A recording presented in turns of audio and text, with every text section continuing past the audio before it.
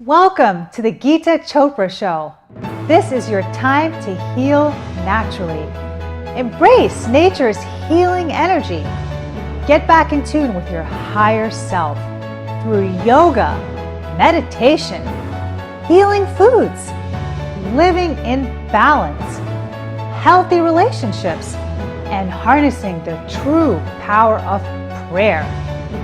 You are powerful. You are loved. And you can do it. I am Geeta Chopra, and let's heal together, naturally. Welcome back to part 2 of the Geeta Chopra Show with Jyotika Bari. We talked a little bit about Ayurvedic health last week, and today we're going to talk more about Candida. We're going to get very specific. So if anyone has any gut problems, any type of symptoms in your gut going on, you do not want to miss this episode.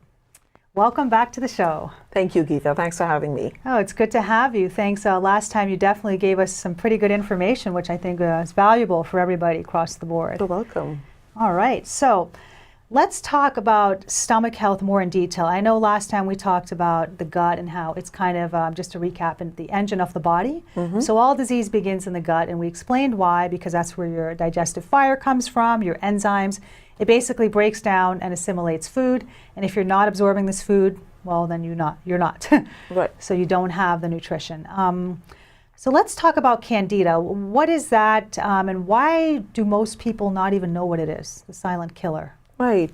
So Candida is a fungus that actually grows in our body, and it helps to it aids the digestion and the absorption of the food that we eat. The problem occurs when our balance, when our nutrition is out of balance, and we're eating more processed foods and sugary foods, and that feeds the overgrowth of Candida in the body, and that's the part which is bad. And the infection that stems from the overgrowth is candidiasis, which is that the affliction, so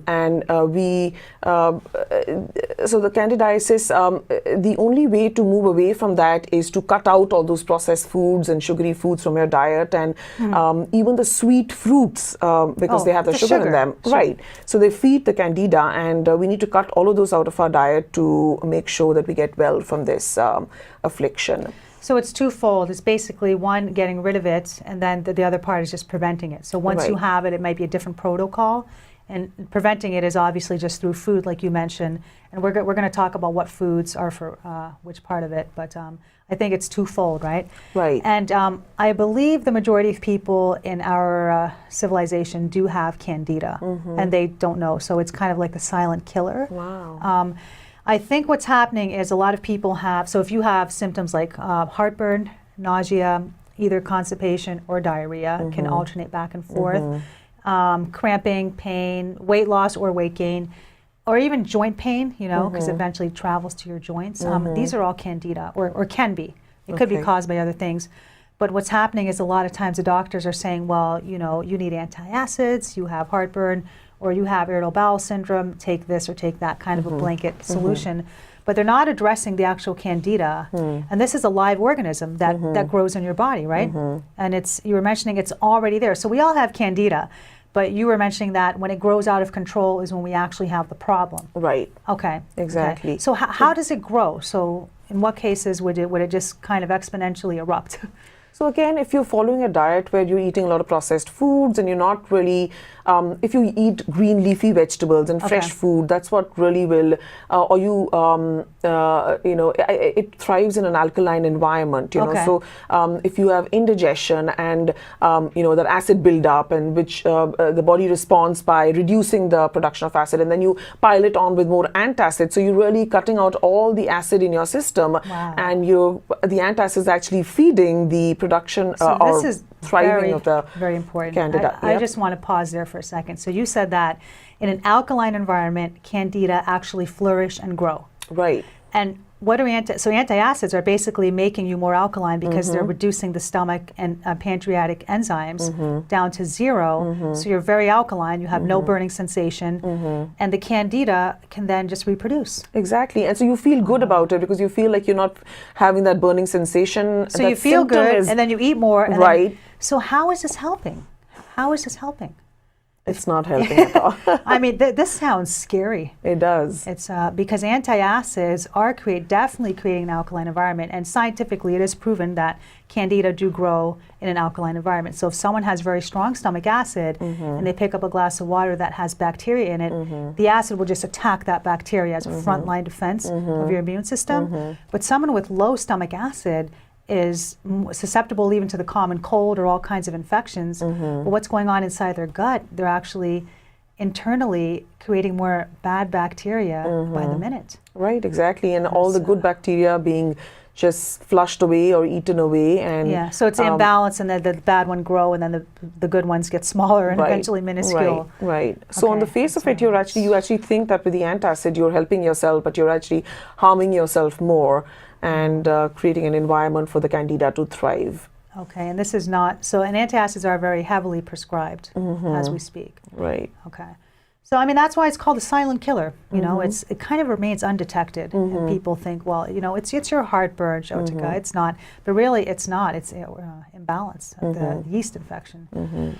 So what's the number one thing Candida thrive on in terms of food? Like, what do they love the most? I think sugar. Sugar. Sugar is just cut the sugar out of your diet. And really, and you know, when you're going to the grocery store to pick up your groceries, make sure you're reading the ingredients to see if there's added sugar in it. Oh, there's so much Candida food out there. Right, and it feeds them. Right, and then even if I'm picking up some of those boxes, I make sure I read the ingredients. And if it's more than 3 lines, I don't pick it up. Just move on and pick up something else. Make sure that as far as your pantry is concerned, you're you know, veering more towards fresh vegetables and fruits rather than the processed items.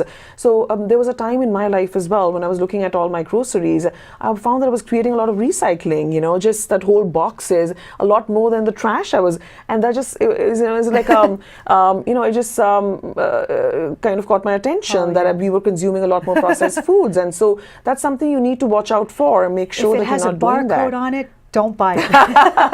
That might be a little extreme for us, but you know, we can get there. We can farm our own food in our backyards up here in Jersey. But okay, so you said sugar at the beginning of your answer. Why don't you define sugar? Because most people don't realize that it's white rice, white potatoes, white starch, white noodles, white flour. It's not just ice cream and chocolate. So that's, again, being silent killer. Exactly. So simple carbohydrates, you know.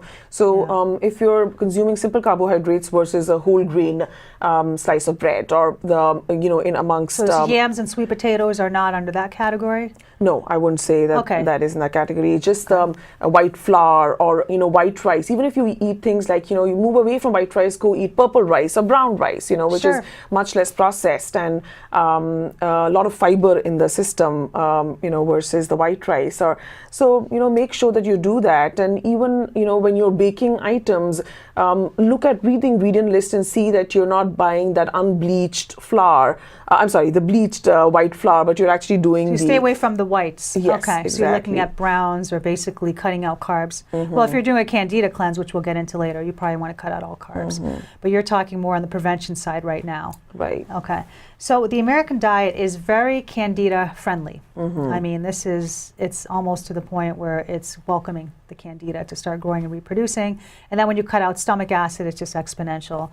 So, you know, the Indian diet, again, is we have all these spices that we spoke about on episode 1. You have, another big one was garlic. So Candida can't thrive in garlic. Garlic is a natural antibiotic. Then we have cinnamon, and we have ginger, we have turmeric. I'm sure there's some I'm forgetting, but all these spicy ingredients that kind of attack it right out of your system, right? Because they create more acidity and digestion and like strengthen your immunity.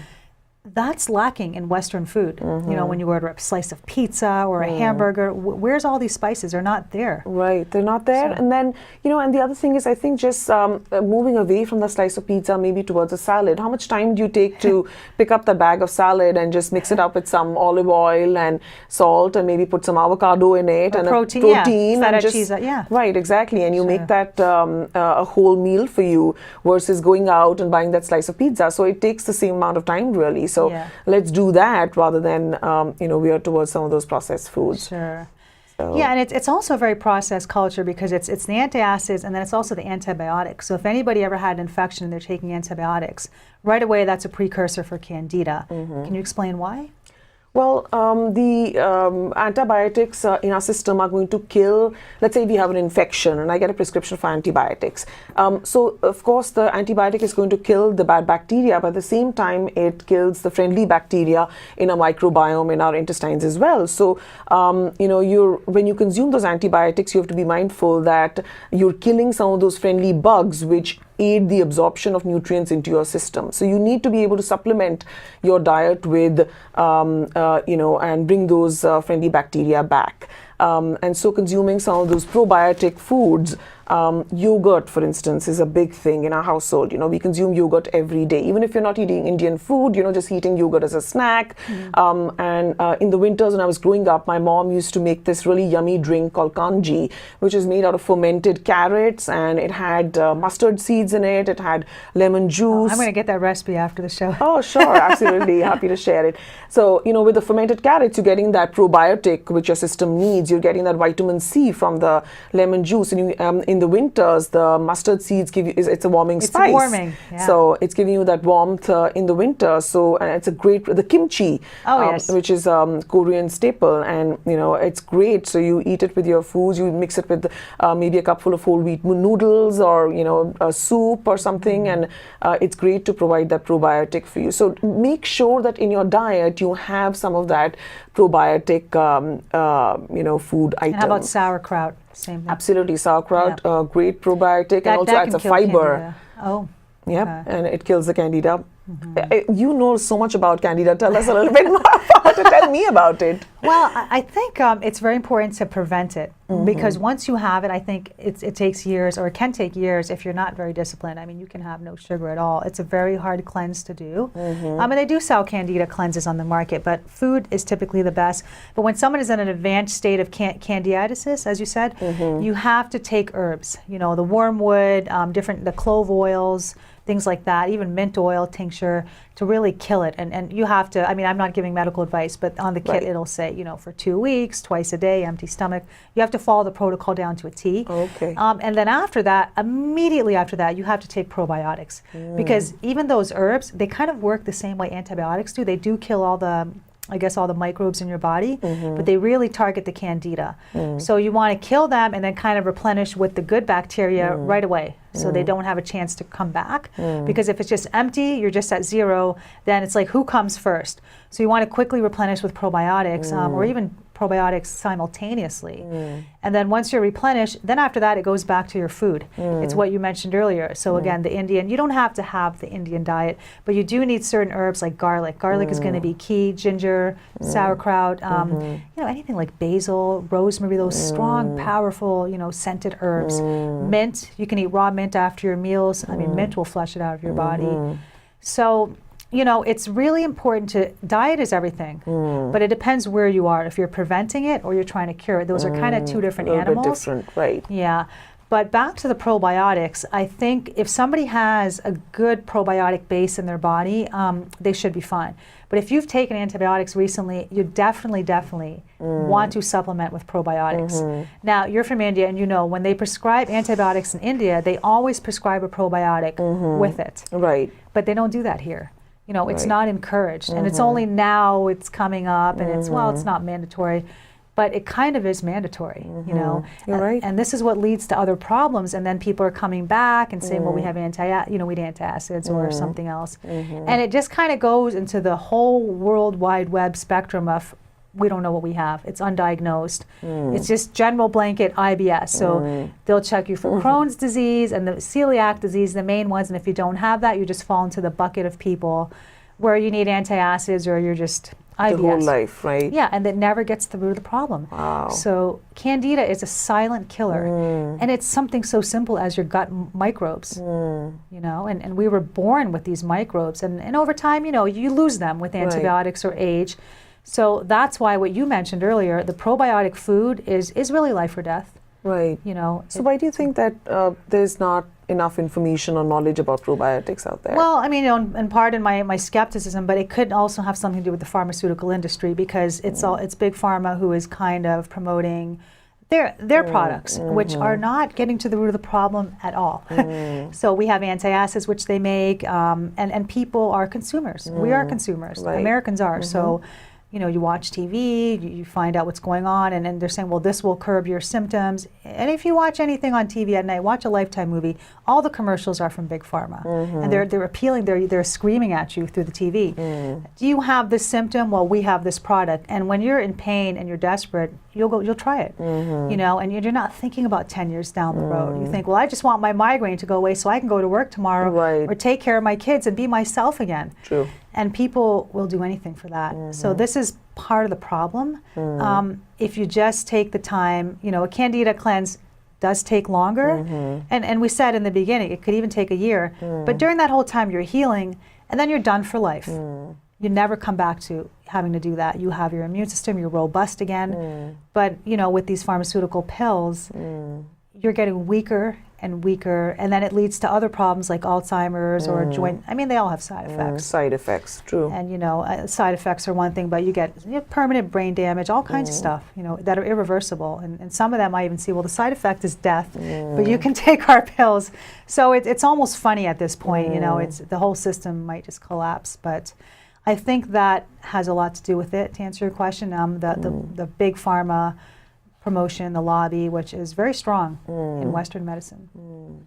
So we need information. We need truth. We need facts. And I think probiotics, something as simple like that, even if you're not getting it from your food, $20 from Whole Foods. Yep. Take your probiotics. Right. You have to start somewhere. Yes. Yes. So I think it's really, really important to be natural. Yeah. And again, I think it kind of speaks for itself. When people have that good diet, you do find that Asian people or people from the eastern part of the world tend to have these problems less. Right? Yeah. And it's easy to do that even in a non-Indian diet, I find, because make sure you have that yogurt or that fermented food in your diet every day, the sauerkraut in a sandwich or the pickle, and also we have the. And make sure when you're picking up that yogurt container, you'll be able to read the cultures, which are there, the bifidus and stuff like that. So make sure you read that before you pick up that yogurt. And you've how about kefir? Kefir's a good one. Kefir is exactly. It's an amazing yogurt drink now. But then that's something which we've been drinking when we were growing up. You just take a bowl of yogurt, you mix it up with some water and mint leaves and it's delicious. The salt and the cumin. And Himalayan it's a delicious, salts. right? Exactly. And it's a yummy drink. It quenches your thirst, and it gives you that precious probiotic. And even the kefir with cinnamon powder is really nice in winter. It's kind of warming. So there's no shortage of these things. You know? Just kind of include them in your diet, right? Okay. So what about people who don't have probiotic food or they don't have time to actually have these things? Would you recommend taking probiotic pills? Yes, I would. In fact, when my kids get sick, I would, give them some probiotics. And I think even for people who are taking antibiotics, I would recommend that, you take those antibiotics a couple of hours later, you take a food that's rich in probiotics, or you take your probiotic supplement. So make sure that even while you're on those antibiotics, you're not really killing the microbiome which is in your system, and you're really supplementing with that. And once you're done with the antibiotics, then make sure you're on top of things, by way of taking some of those probiotic foods, making sure that they're included in your diet, as well as the probiotic supplements. If you're taking those, then make sure that you have a healthy microbiome, because that is at the crux of good health. That's the front line of your immune system, right? So even people who are low on probiotics, if you notice, they keep getting more colds, more throat infections. They're more susceptible to even like those winter viruses, the flu. Well, once when I had a cold, I took probiotics. I kept drinking kefir, and it went away in like a quarter of the time. Wow. Yeah, so it all really starts in your gut. Yeah. And even antibiotic foods, like garlic, all these things. Turmeric.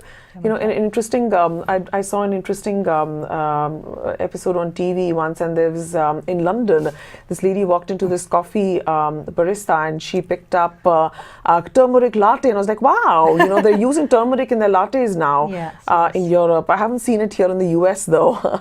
Well, it sounds so simple, And I think I did see that somewhere. Did you? Yeah, it's not common. You're right. It's not very common.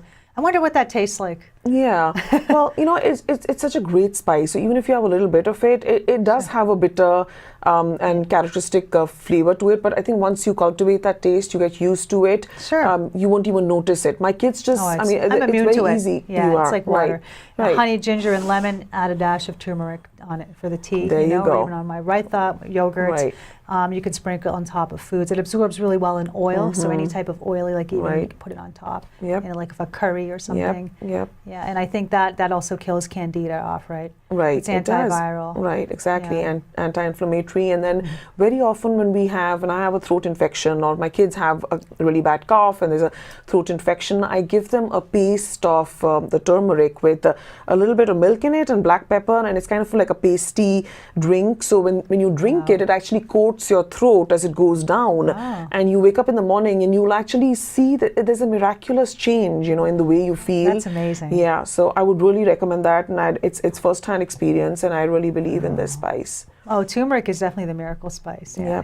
It is. Now, you spoke to Agni a little bit in the previous episode as our digestive fire. So do you think that if we maintain our digestive fire as well, so again, not an alkaline environment, but a little bit more on the acidic side, especially in winter, do you think that's a good way to prevent from Candida from overgrowing in your body? Completely, because not only are you things like garlic and ginger, if you use those, the root vegetables, the onion, if you use that as a base for your foods, then you're really creating that acidity which kills the Candida. So make that as a base for your stews and your soups and your curries. That's always there in the Indian curries, right? You create that negative environment for the Candida to thrive, and you can, and that's one way to prevent the Candida. And of course, there's a different path you'll follow if you're looking for the cure. Right. Because it's a cold fungus, so it's kind of like if you think about in a basement, it's a mold essentially. So if your body is cold and moist, as opposed to like you're drinking the hot ginger tea and it's flushing things through. So antacids kind of make your gut lining like a basement. And then fungus can grow. So that's, again, it's kind of disturbing that they haven't made that connection yet. And I guess by they, I mean consumers, because I don't know if the pharmaceutical industry knows this or not, but it's not that hard to figure out. In Eastern medicine, Chinese medicine is absolutely phenomenal. They know all this. They always talk about the heat, the yin and the yang, and the organs. So they're aware of it. They swear by ginger and garlic. So ginger is a staple. And it's interesting you say that, because I remember when I was growing up, I could never understand the connection, because my mom would always say, oh, if you go out in the cold or you drink something cold, you'll get a cold. And making that connection, it took a while for me. What that really means is you're creating a cold environment for that virus or the bacteria to thrive, right? Sure. And it's not like you're getting the virus from just getting out in the cold. It's because you're creating that environment it's inside, and you're creating environment for it to thrive, and that's something you want to avoid. And so in the winters, you take all of those warming spices, the root vegetables, the all of those the good stuff, the magics, the herbs, and avoid the cold ice drinks and processed food. So it's really, what kind of a host do you want to be? Yes. And you have to ask yourself that every day when you eat your meals. What kind of a host are you going to be? Right. Are you going to host bacteria or not? And really, we have the choice. So we're not as helpless as we are made to be, that we have to be dependent on pills or something outside of you. You just said it. So it starts from within. Yes, it does. And you can start making a change. And again, like I said earlier, it doesn't take that long to rustle up a green leafy salad in the well, what would you say to people who say, well, I don't have time to cook, or I have a full-time job, I'm a mother, and I'm married, I have a career, or I just don't feel that well and I don't have energy. So what would you say to those people who just don't have the time to prepare 3 meals a day in today's busy world?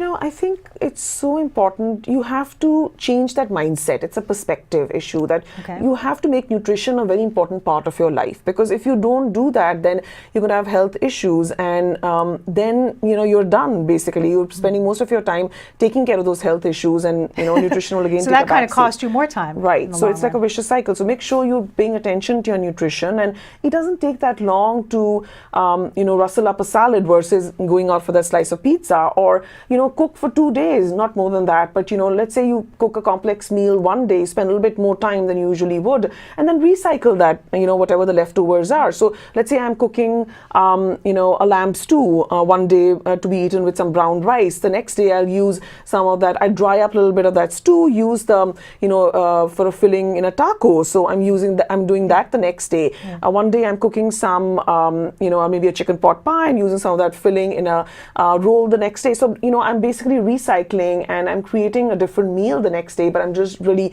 using whatever I cooked the previous year. So I'm spending less time. So use, some little bit more creativity, a little bit more attention to detail with some of these things. And I think it'll go a long way to help serve your nutrition needs. And these are excellent tips for people who actually just don't have that knowledge. And there's several books and even cooking shows that out there that can actually give you more advice and how-tos. A good meal in less than 30 minutes or something like that. It's actually not a big deal. Like today I brought my lunch. Did get up very early, but it took me about 10 extra minutes. Right. And you just prepare it the night before, you prepare it in the morning. It goes a long way, and for having that healthy day, that energetic day, bring an orange, bring an apple. True. It gives you that boost of energy which you need during the day. Just save more time. Right. So ultimately you're more productive, and you should know because you were a councilwoman, so I'm sure you didn't eat at McDonald's every day. No way. You look great, so I'm sure you were having you had good nutrition during that time, right? And obviously you can do it. Right. So it's just a matter of, I like what you said, the mindset. So it kind of goes back to the discipline and the willpower, if people really want to make a change, they will. If you have time to, curl your hair that extra way or go out and buy that extra pair of shoes and try on a few outfits, that's the time you can actually be making, toss up some fresh vegetables. Or even if you have to eat out, bring a little side Tupperware of broccoli or, steamed spinach. And get your greens for the day. Right. And you do that every day, and then you're ahead of the game by the end of the week, right? Yep. So and I tell my kids also that, you want to have that bag of chips, you better have something healthy to get that junk out of your system. How about hummus and celery instead, or carrots? Yeah, and they love that. You make a nice plate with those vegetables and a little yogurt dip or hummus, and they love that. And you can travel with that. Like I've seen people put in Ziploc bags and just get their hummus and eat it, even on the subway, or even apple with almond butter or something. You just eat it and go. Yep. So it's very doable in today's society. If you go to Whole Foods, they have so many of these kind of travel healthy food kits and things like that. And there's so many ideas out there, I'm sure. So any last piece of advice for viewers today, especially regarding the American diet or winter health? Anything you want to leave them with? Well, I've said this too many times, but I really feel like we need to stay away from those processed foods and the sugar. Make sure you're reading those ingredients, when you're picking up those grocery items, and try to cook fresh as much as you can. Just simple stir fry or vegetables doesn't take too much time. Really pay attention to your health. In the winters, reach out for those warming spices, the root vegetables, the fruits that give you the vitamin C that you need, and the ginger, and which is so easy to get to. The ginger, that creates the it's a decongestant, it's a bronchodilator. The cinnamon in your tea, it doesn't take long. The honey instead of that sugar, if you take a sweet tea or a sweet coffee, all of those things, just pay attention, a little bit more attention to your nutrition, go a long way to serve your gut, your digestion, and give you that boost of energy. You'll have less health problems, when you're older, and you'll feel great. And while you're doing it, you're teaching a great lesson to your kids as well. Sure. They're and watching for the next you. generation. Right, exactly. They're watching you. My kids are watching what I'm eating, and they're like, Mom, but you ate this. Can I also eat that? So they're going to do what you do, not what you say. Exactly, all the time. And you'll see that when you have kids that, you keep telling them, they'll listen from one ear and then out the other. They're watching you do what you're doing. Exactly. So do that and teach the next generation by your actions, and I think that's important. That's great advice. Yeah, I think it's so really walk important. the talk, guys. Walk the talk. And it's not that hard to walk it, as we learned today. And it's really important, again, to just have that anti-Candida environment in your stomach. We don't want cold basement. You want a nice, heated, sunshine, pancreatic enzyme stimulating. Oh, that sounds nice. That sounds better. It makes you feel stronger, right? Yep. So again, that can be done by food, as we discussed today. Yeah. So thank you so much for this priceless information. Oh, you're very welcome. It was lovely talking to you today, Oh, Geeta. Same here. And thank you again, viewers, for watching. Hopefully that was valuable for you. Stay tuned for next week's episode.